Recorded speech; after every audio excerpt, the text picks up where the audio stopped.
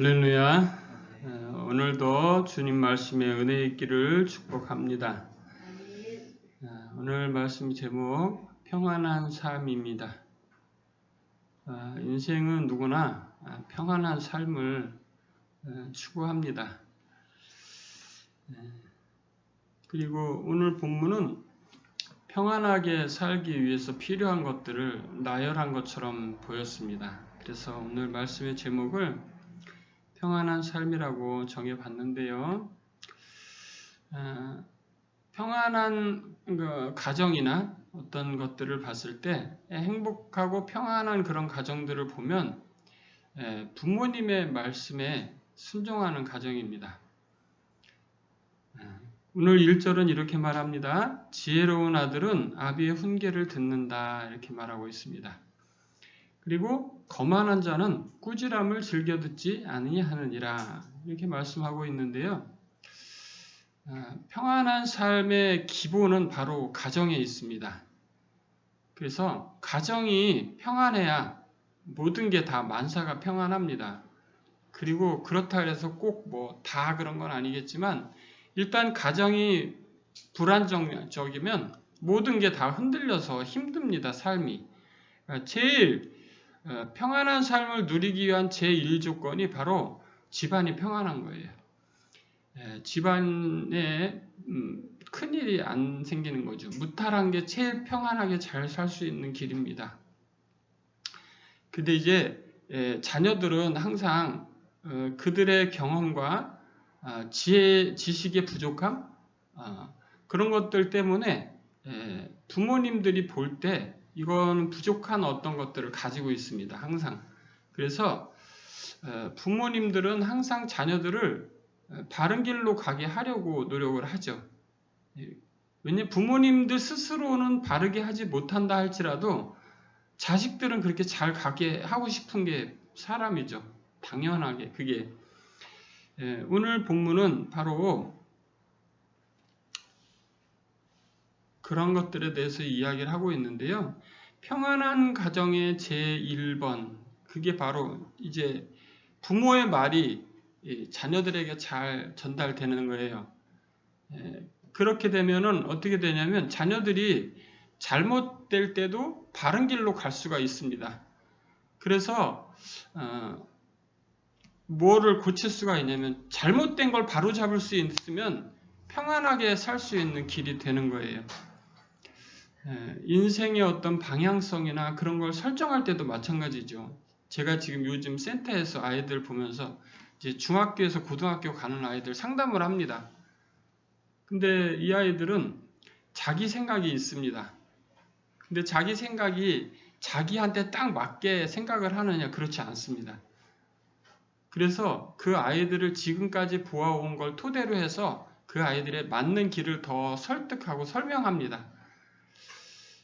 근데 아이들이 그 길을 받아들이면 자기들한테 유익할 거고 받아들이지 않으면 자기들이 또 앞에 또 다른 어떤 길이 열리긴 하겠지만 그게 얼마나 힘들고 어렵겠어요. 그냥 그런 거랑 똑같은 겁니다. 우리가 이미 익숙하게 알고 있는 내용들이어서 뭐 특별하게 따로 설명할 게 없을 듯한 그런 내용들입니다. 오늘 본문에서 이 부분을 설명하면서 한 가지만 더 말씀드리고 싶은 거는요. 이거예요. 사람들은 누구나 자기 판단과 자기 생각이 옳다고 생각한다는 거예요. 그래서 자녀들도 자기의 판단과 자기의 결정에 따라서 행동을 하려고 해요. 그런데 아이들에게는 지혜가 완벽하게 만들어져 있지 않습니다. 그래서 이 둘 중에 어느 하나를 선택해요. 지혜롭게 선택할 때도 있고 거만하게 선택할 때도 있고 여기서 거만하다는 것은 부모의 말에 순종하지 않는 걸 나타내는 단어겠죠. 이 둘 중에 어느 하나를 선택하기 때문에 그 인생이 때로는 평탄하게 또는 안 평탄하게 이렇게 갈 수 있다라는 것입니다. 자, 누구나 너무나 잘 알고 있지만 잘 할 수 없는 그런 내용이 바로 오늘 1절의 말씀이 아닌가 생각하고요. 우리들도 마찬가지입니다. 우리들도 우리들의 부모에게 때로는 지혜로운 것을 선택하는 것 같았다가 때로는 저 녀석 왜 저래 이런 느낌을 갖게 했던 걸 우리가 다 압니다. 그러면서 인생이라는 것이 차곡차곡 채워지는 거겠죠. 여러분들은 이 지혜로운 아들처럼 우리 하늘 아버지께서 내리는 말씀들을 아버지의 훈계를 잘 들어서 평안한 인생을 사시기를 진심으로 축복합니다. 육신의 부모가 하물며 그렇다면 하늘 아버지의 교훈은 마땅히 들어야지만 살 길이 열릴 거라고 믿습니다. 그것이 오늘 본문 1절이 우리에게 내리는 교훈이라고 믿습니다. 그리고 평안한 삶을 살기 위해서는요, 사람들 사이에 가장 문제를 많이 일으키는 게 뭐냐면 이 입이에요. 사람의 속의 생각이 말이 되어서 나옵니다. 사람 속에 있는 생각이 말이 되어서 나오기 때문에요. 그 말이 사람에게 큰 상처를 줄 수가 있습니다. 내가 일부러 상처를 입히고 싶어서 상처 주는 말을 한다면 그거는 엄청나게 상대방을 정말로 뚝 떨어지게 만듭니다. 여러분, 우리가 상처를 준다고 생각하지 않아도 상대방은 상처를 받는 일이 많습니다. 말이라는 것은 상당히 위험하면서도 꼭 필요한 것이에요. 그래서 성경은 우리들에게 말합니다. 이 입술을 제대로 제어할 수 있는 사람이야말로 지혜로운 사람이다 라고 말하고 있죠. 우리들은 진짜 말 때문에 엄청나게 상처를 받습니다. 특히 강한 성격을 가지고 있는 사람들이 있죠. 강한 성격을 가지고 있는 사람들의 말은 찌르는 화살 같습니다.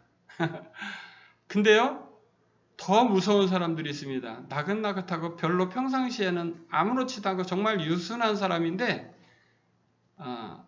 화살 같은 말을 쏠 때가 있습니다. 여러분들 그런 사람이 하는 말은 깊이 박힙니다. 그래서 더 잘 빠지지가 않아요. 용서하기도 힘들고 뭔가 마음을 다스리기도 힘들고 그렇게 되기 때문에 무엇을 잃게 되냐면 평안을 잃게 되는 거예요. 우리는 정말 우리의 입술의 말이 얼마나 강력한지를 알아야 돼요. 그래서 될 수 있으면 듣는 데 열중하고요. 말하는 거는 천천히 해야 됩니다. 근데요, 그게 되나고요. 여러분들은 어떠십니까? 저는 잘 안 되는 것 같습니다. 그리고 많은 사람들이요, 내 생각을 말하기를 우선하지 듣는 걸 우선하는 사람들은 그렇게 많지가 않아요. 근데 지혜로운 사람들은 듣는 걸 먼저 하더라고요. 그리고 듣고 나서 말하는 거예요. 저 사람이 왜 저렇게 생각했는지를 다 속에서 생각을 한 다음에 말을 하는 거예요. 그러면 그 사람이 상처받을 일이 줄어들겠죠. 그죠?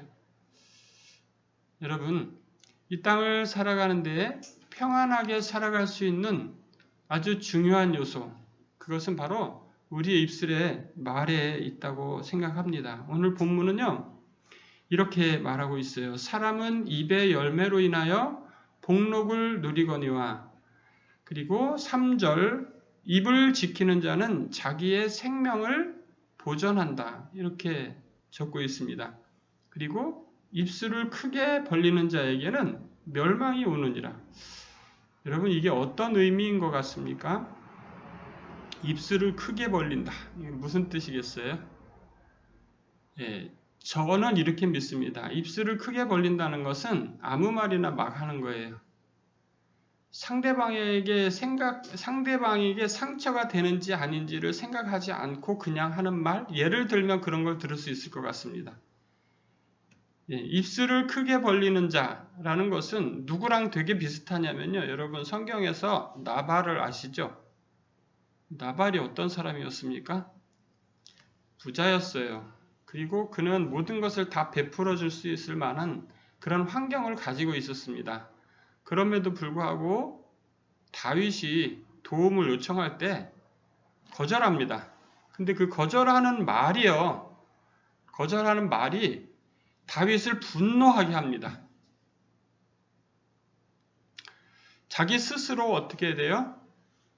자기의 생명을 보존하는 자가 된 게 아니라 멸망을 끌어들인 그런 상황인 거죠. 자기가 충분히 할 수 있음에도 불구하고 무엇을 알지 못했기 때문에 그런 일이 벌어졌나요? 다윗이 어떤 사람인지를 모른 거죠. 다윗이 하나님의 기름 부음 받은 자이라는 사실을 몰랐던 거예요. 지금도 수많은 사람들이 예수 그리스도 그가 하나님의 기름 부으심 받은 자인 것을 모르고 살아갑니다. 그런 사람들은 결국은 무엇을 일으키겠습니까?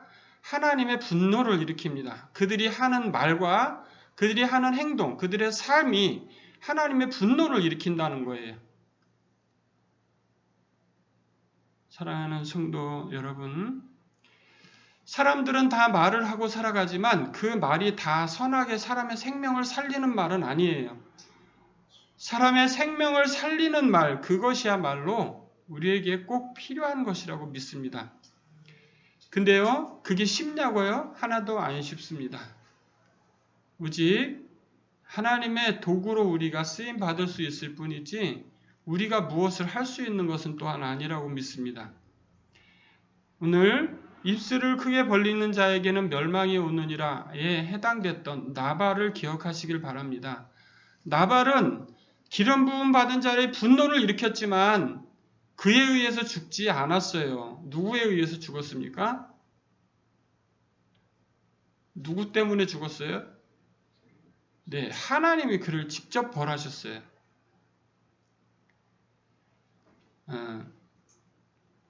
예수님을 화나게 하는 사람들이 있습니다. 그럼 누가 벌하냐면 하나님이 벌하셔요. 이 세상에서 제일 무서운 게 하나님이 벌을 내리시는 거예요. 근데 많은 사람들이 그걸 모르기 때문에 하나님의 벌을 두려워하지 않습니다. 지옥의 형벌을 두려워하지 않습니다. 그걸 사랑의 하나님인데 어떻게 지옥을 만드실 수가 있어? 이렇게 생각합니다. 그게 바로 간악한 사단의 계계예요. 거기에 절대 우리는 말려서는 안 될 줄로 믿습니다.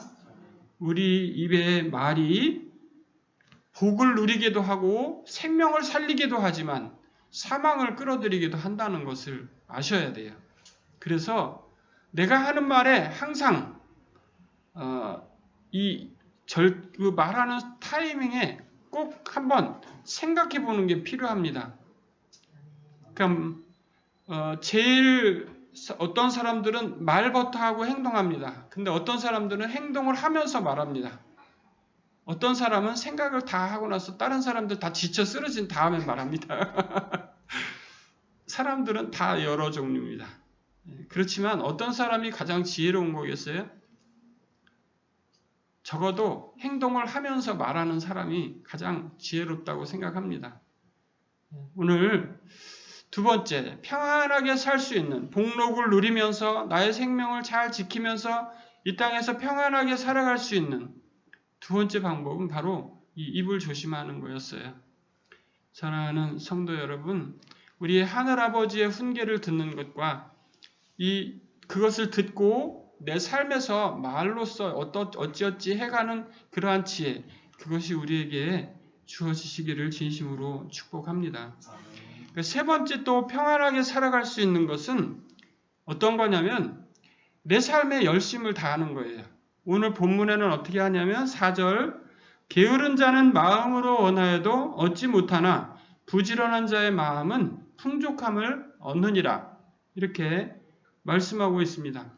부지런한 자의 마음은 풍족하답니다. 내가 뭔가를 열심히 살아가고 있는 그것을 알고 있다면 그 사람은 자기에게 주어진 것으로서 충분히 감사하며 만족함을 누릴 수 있다는 겁니다.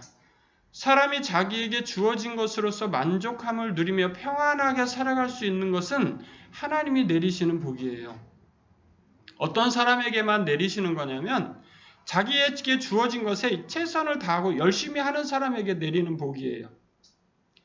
그렇게 하지 않는 사람들은 어떤 마음을 갖냐면 원하여도 얻지 못하는 그런 상황을 가져요. 그런 사람들은 어떤 걸 갖냐면 불평불만을 갖습니다.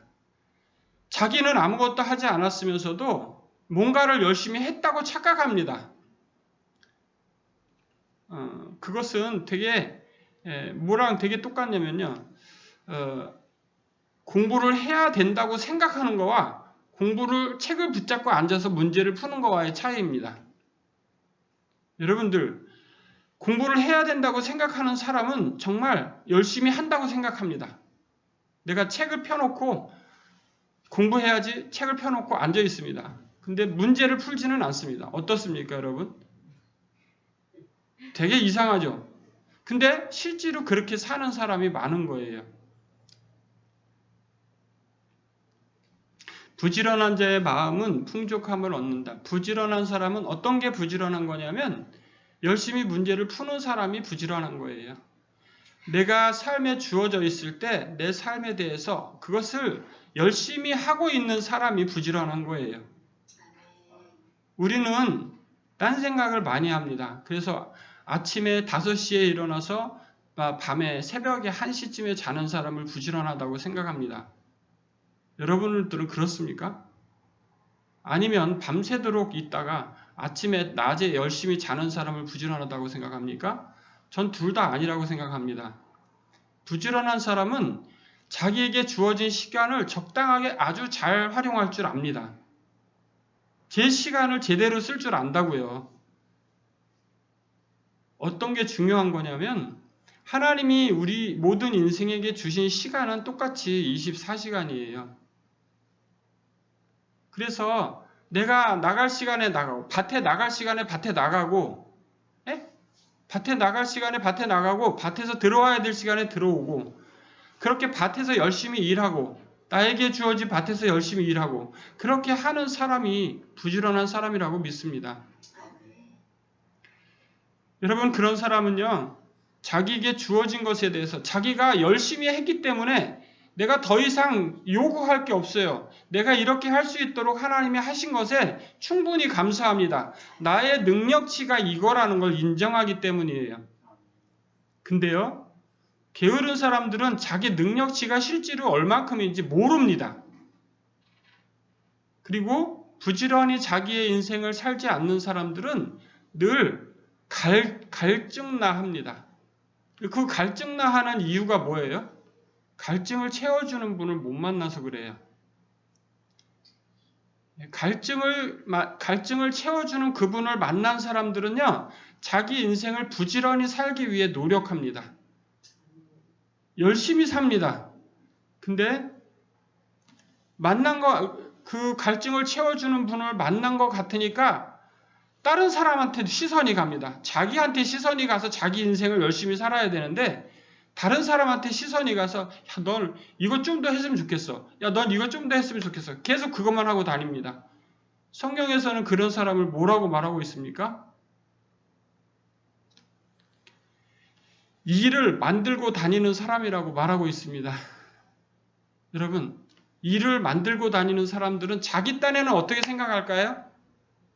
뭔가 열심히 하고 있다고 생각하지 않겠습니까? 근데 자기는 합니까? 안 합니까? 뭔가를 하고 다니기는 하는데 자기는 직접 못하는 거죠. 그런 사람은 계속해서 무엇을 못 누립니까? 풍족함을 못 누립니다. 뭐만 계속 보이고 있기 때문에 부족한 것만 계속 보고 다니는 겁니다. 그런 사람들은 만족함이 없습니다. 사랑하는 성도 여러분, 그리스도인들은요, 충분히 그분 안에서 갈증이 채워진 사람들이에요. 그러므로 풍족함을 누릴 수 있는 사람들입니다. 그것은 내게 주어진 그분께서 나에게 허락하신 그곳에서 열심히 살아가는 것으로서 충분합니다. 이 충분하다가 안 되는 사람들은 문제가 아직 있는 겁니다.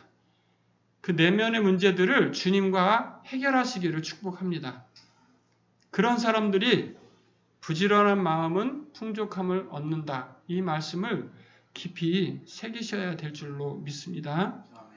그리고 이제 마지막 부분에는 이런 부분이 있어요. 우리가 이 땅을 살아가면서 평안을 누리기 위해서는 어떤 삶을 살아야 됩니까? 이제 네 번째 이런 말을 하고 있습니다. 5절 6절입니다. 의인은 거짓말을 미워하나 악인은 행위가 흉악하여 부끄러운 데에 이르느니라.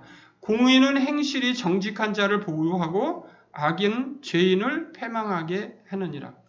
악한 사람이나 죄인이나 이런 사람들은 결국에 어디에 도달한다는 겁니까? 부끄러운 데에 도달하거나 멸망에 도달한다는 겁니다. 그리고 그런 사람들은 무엇을 좋아하는 겁니까? 의인이 좋아하는 것, 공의를 길을 걷는 것, 이런 걸 안 좋아하는 겁니다. 여러분, 인생이 참으로 평탄한 인생, 평안한 삶을 살기 위해서는요, 무엇이 없어져야 되냐면, 불의가 없어져야 돼요.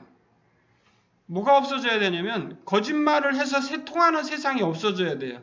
그런 것들이 없어져야 됩니다. 이 땅은 어떻게 돼야 되냐면 하나님의 공의가 통하는 세상이 돼야 돼요. 하나님의 그 의로움이 지배하는 세상이 돼야 돼요. 그런 나라가 온다라고 성경은 약속하고 있습니다. 그 나라는 언제 옵니까? 우리가 물질적 세계에서 본다면 천년왕국이 되겠고요. 그렇지 않으면 영원한 저 천국이 되겠죠. 여러분, 하나님의 공의가 완벽하게 실행될 수 있는 세상은 이 땅, 지금 우리가 살아가는 땅에서는 이루어질 수가 없어요. 완성될 수가 없습니다. 그러나 그 나라가 반드시 있다는 거죠.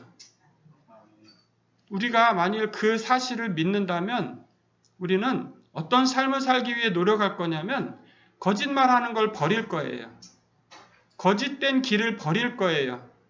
거짓된 것을 멀리 할 거예요.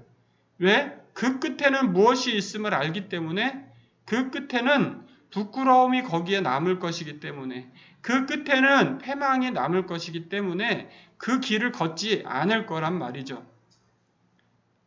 참으로 평안한 사람들은, 환난을 당하는 사람들은 바로 이런 것들 때문에 당해요. 하나님의 공의에 속하지 않는 거죠. 공의로운 하나님의 그것을 인정하지 않는 거죠. 여러분, 또 이번 주에는 모로코에서 지진이 나서 수백 명이 죽었습니다. 거의 1000명 가까이 되는 사람들이 또 죽었어요. 여러분, 하나님의 심판은 엄히하고 무섭습니다. 우리는 알아야 돼요. 하나님이 얼마나 이 땅에 있는 사람들을 끝까지 사랑하시는지를 알아야 됩니다. 근데 수많은 사람들이 그런 하나님의 의와 하나님이 바르게 생각하시는 것들에 대해서 떠나 살고 있어요. 그렇기 때문에 하나님은 심판하실 수밖에 없습니다. 여러분, 하나님이 공의롭지 않은 게 아니라 인간이 죄악된 거예요. 인간의 죄가 이 땅을 하나님이 벌하실 수밖에 없게끔 만들어요.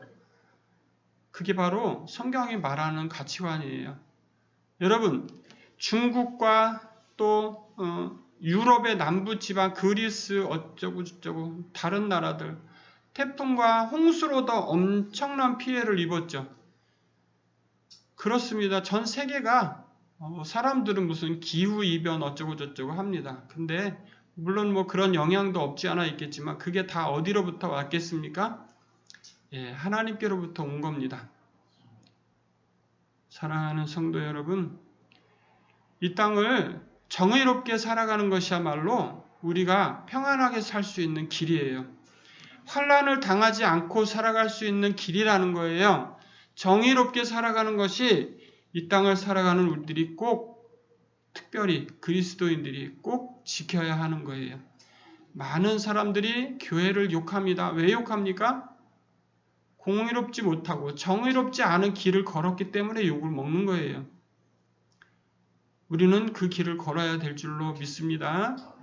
하나님의 백성된 저와 여러분들은 오늘 이 네 가지 말씀 꼭 기억하면서 이러한 삶이야말로 우리의 삶을 평안하게 지킬 수 있는 길이구나 꼭 기억하시기를 주의 이름으로 축복합니다. 기도합니다. 사랑하는 주님, 주님의 말씀은 늘 옳습니다. 그러나 우리의 인생은 항상 이상하게 생각하고 걸어갑니다. 특별히 주님 우리 입술의 말을 붙잡아 주시기를 기도합니다. 많은 사람을 살리는 말이 되게 도와주시옵소서.